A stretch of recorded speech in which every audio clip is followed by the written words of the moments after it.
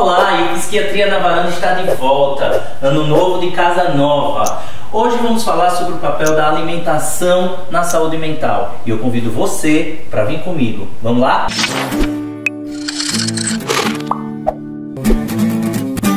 Embora os fatores que determinem uma boa saúde mental sejam complexos, estudos atuais mostram que a dieta e a atividade física são tão importantes para a psiquiatria quanto para outras áreas da medicina, como a cardiologia, a endocrinologia e até a gastroenterologia.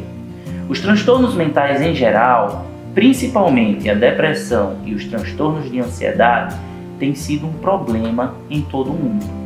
Os estudos também mostram que a mudança do estilo de vida, a urbanização e a alta globalização tem provocado um impacto na mudança do estilo de vida das pessoas, no que diz respeito à dieta, atividade física e até estruturas sociais. E isso tem sido relacionado a uma maior incidência dos transtornos mentais nas pessoas. Hoje eu convidei a nutricionista Andréa Aragão para conversar sobre o impacto da dieta e da atividade física na saúde mental das pessoas. Andréa, muito obrigado por ter aceitado o convite de estar aqui no Psiquiatria na Varanda. Muito bom estar aqui com você. Obrigado. Olha só, a dieta ela tem sido apontada nos estudos atuais como um fator importante para influenciar as boas funções cerebrais. De que forma isso acontece?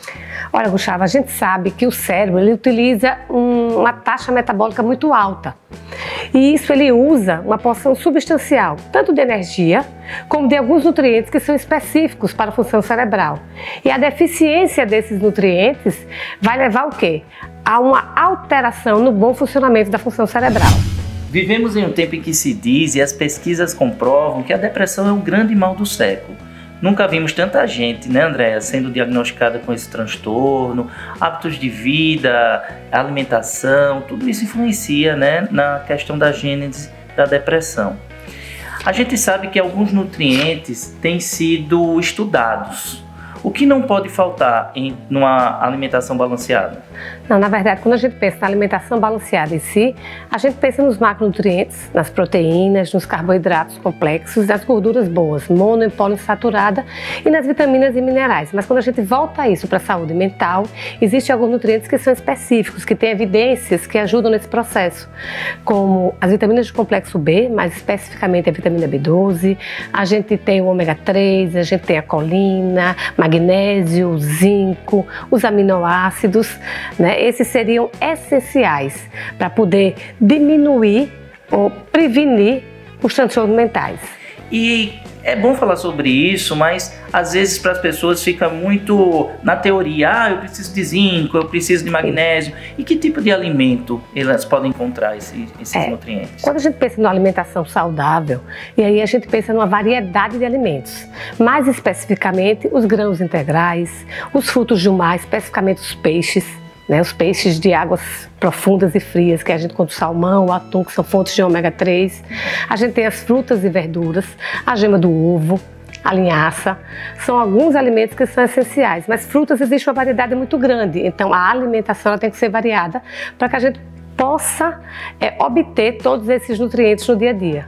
E quanto mais colorido o prato, essa dica serve? É real? É real, ela serve bastante, porque quanto mais colorido o prato, mais nutrientes eu vou colocar na minha mesa. E a gente abarca uma quantidade maior desses nutrientes essenciais. Vamos saber sobre isso, né, minha gente? Porque às vezes a gente ouve na televisão, preciso de ômega 3, preciso de vitamina B, mas não sabe onde encontrar, né? Então, saber quais são os alimentos que fornecem esse tipo de nutriente é maravilhoso, é imprescindível. Mas a gente sabe também, André, que a saúde mental sofre influência direta dos neurotransmissores, né? Seja a serotonina, a dopamina, a noradrenalina, a acetilcolina.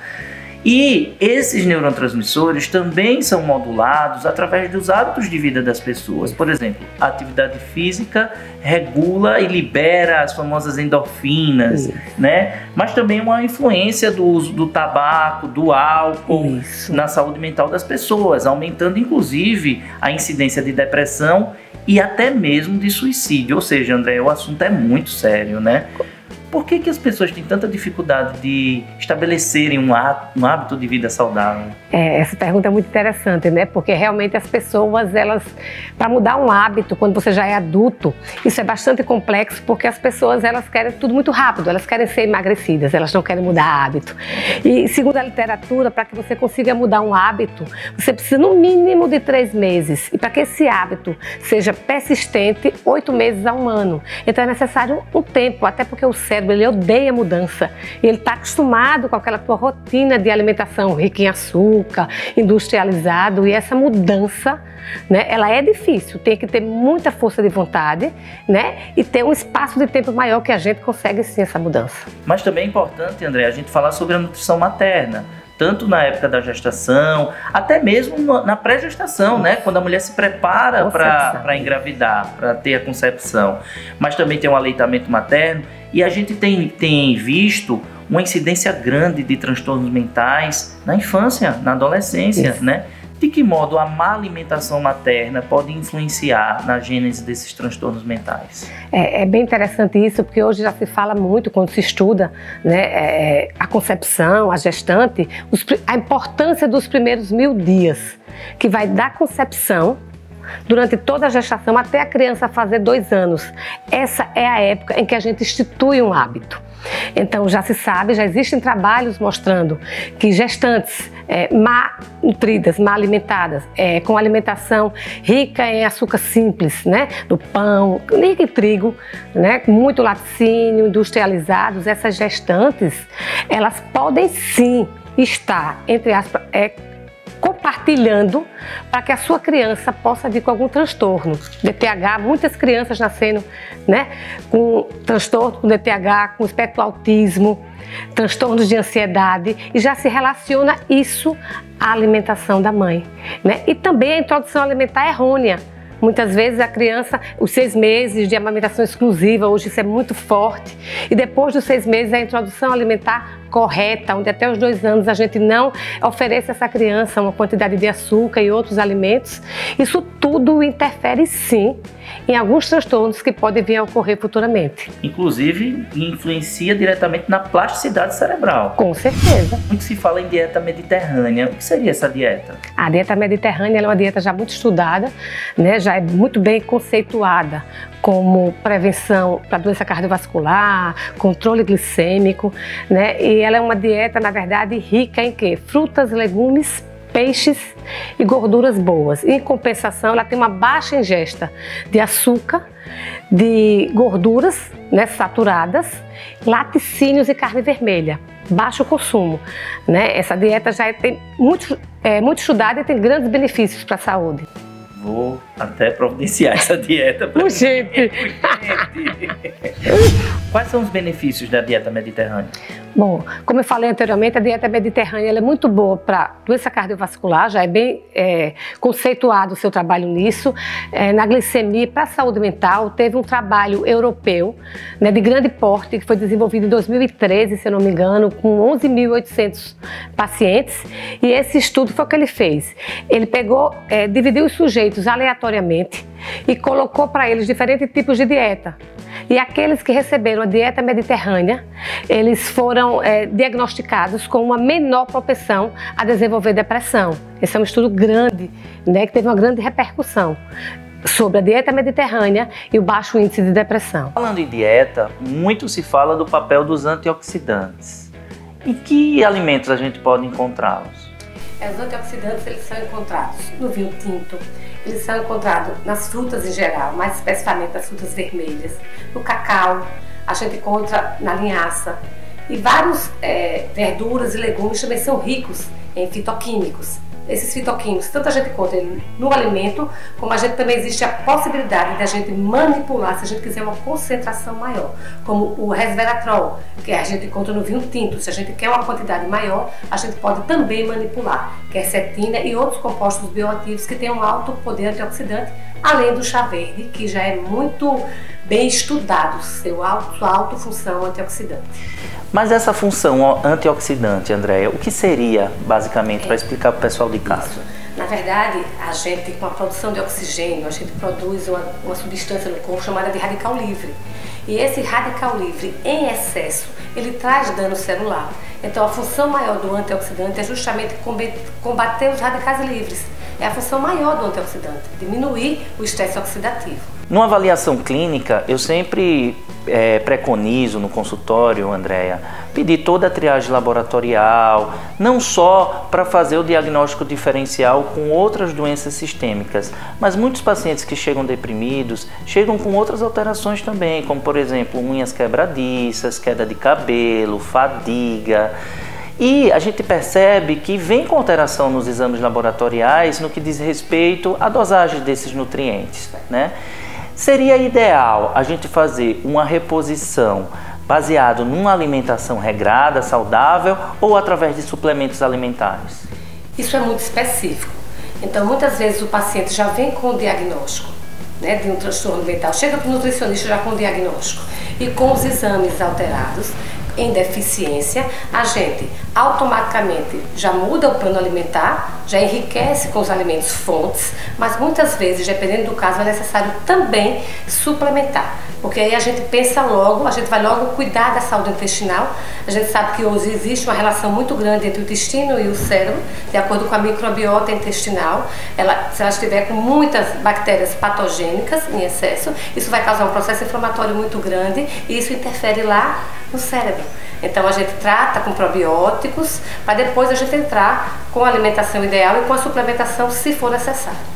E por falar em suplementação, né, em alimentação, a gente também tem o ômega 3, como você bem falou, né? Qual é o papel do ômega 3 e em que alimentos a gente também pode encontrá-los? O ômega 3 ele é um potente anti-inflamatório, né? Isso também já é muito bem visto, muito bem falado. E também o ômega 3 ele faz parte tanto da formação como da proteção do neurônio. A gente encontra o ômega 3, como eu falei, nos peixes de águas profundas, né? De águas frias e profundas, né? Aí vem o salmão, o atum, que apesar da gente morar na cidade, às vezes não tem esse consumo. A gente nota que as pessoas não comem esse tipo de peixe. Exato. Né? A sardinha, né? A gente encontra também o ômega 3 na linhaça, na chia, né? E algumas verduras e legumes. E também tem o papel do zinco, né? Eu fui recentemente a um simpósio de saúde mental relacionado com a alimentação e muito se falou do papel do zinco na saúde mental, inclusive. Né? O zinco também é outro mineral bastante estudado, porque o zinco ele tem um papel na proteção neuronal. A gente pode dizer que o zinco ele melhora o estresse oxidativo e o zinco também faz parte da síntese da dopamina, né? Aquela sensação de prazer. E a serotonina, os dois juntos. Então ele tem relação com todos esses constituintes que está totalmente relacionado com a melhora da depressão. É importante a gente ressaltar que o zinco, ele também trabalha, ele tem uma ação benéfica, ele potencializa a ação de antidepressivos. Então, às vezes o paciente está tomando um antidepressivo, se é uma resposta muito boa, aí a gente agrega uma suplementação de zinco e às vezes a gente consegue melhorar isso. Outro dado que eu acho importante sobre o zinco também falar é que os brasileiros, a maioria dos brasileiros, ele possui deficiência de zinco. Se a gente solicita exame de zinco, a gente vai perceber isso. Talvez isso se dê, isso aí é uma suposição.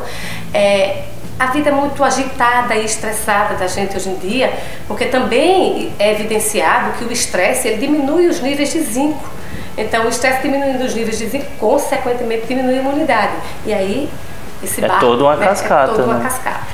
E apesar de morar num país tropical e de ter uma incidência solar absurda, o que eu também tenho notado é um déficit de vitamina D nos pacientes, né? A vitamina D que está também, os estudos têm mostrado uma relação com os sintomas do humor. Como que isso aparece? A vitamina D também, isso é bem novo na verdade, 2015, 2016 começou com os estudos observacionais, hoje já está começando com os estudos clínicos, onde eles mostraram que um trabalho boom, onde começou esse estudo, foi relacionando a deficiência de vitamina D em transtorno de humor e esquizofrenia. Então pegaram 82 pacientes, analisaram o nível de vitamina D e perceberam que uma média de 40% desses pacientes ele tinha um déficit de vitamina D, numa média de 5 nanogramas no milimol. E aí, quando foram verificar quais a patologia que estava associada a essa deficiência. Entre a esquizofrenia e o transtorno de humor, verificaram que a deficiência estava muito mais relacionada, né, à deficiência, né, ao transtorno de humor. E aí começou-se a ter um olhar diferenciado, né, para os transtornos de humor e a deficiência de vitamina D. Eu acho que isso ainda precisa de estudos mais detalhados, mas a gente já tem um olhar. Vai associando, pegou um paciente com transtorno de humor, olha a vitamina D, relaciona, aumenta essa dosagem para a dosagem ideal e vamos acompanhar, né, acompanhando e verificando, porque eu acho que vai vir muita coisa por aí para fechar. Exatamente. Então, gente, não há dúvidas da influência de uma boa alimentação, de hábitos de vida saudável na saúde mental, né? É hora da gente aliar a nutrição, as outras especialidades, as outras formações, para também melhorar a qualidade de vida das pessoas, entendendo que o processo depressivo, o transtorno do humor, ele é complexo, ele é multifatorial, tem várias causas, não adianta a gente só isolar um único motivo, porque o ser humano é um todo, né? Tanto os seus minerais, as suas composições bioquímicas, quanto o seu estilo de vida, as coisas que gosta de fazer, né? E a gente tem que prezar isso, né, Andréa? Não, com certeza, né? A gente não pode mais, a gente não está mais na época de se preocupar simplesmente com a psicofarmacologia. Hoje, né, como ela é multifatorial, como você bem falou, é necessário que os psiquiatras e os próprios psicólogos tenham esse olhar, porque muitas vezes, através da psicoterapia, você consegue estimular um paciente a fazer uma atividade física, né, a importância do sono, e aí agora a gente deve também estimular bons hábitos alimentares. Muito bem, muito obrigado pela sua participação, né? É muito bom gerar esse conteúdo e levar para você de casa. Se inscreve no canal Diário de Psiquiatra aqui no YouTube, ativa o sininho, deixa o seu comentário, alguma dúvida, a gente responde, também manda sugestão de pauta e a gente se vê no próximo programa. Um abraço, tchau, tchau!